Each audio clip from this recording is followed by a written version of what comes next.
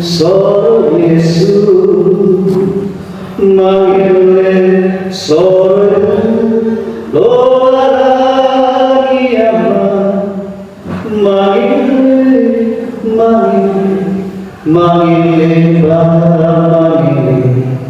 manggil itu dulu.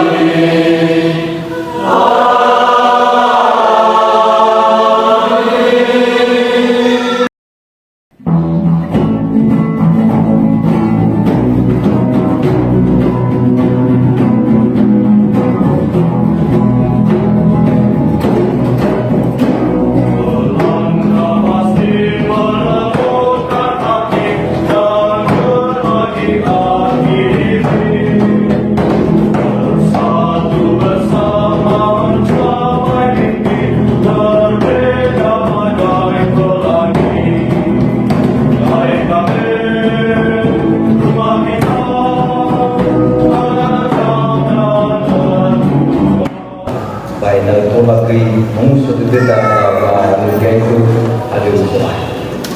Wah, itu panitia semua yang ada. Anda sudah bukan.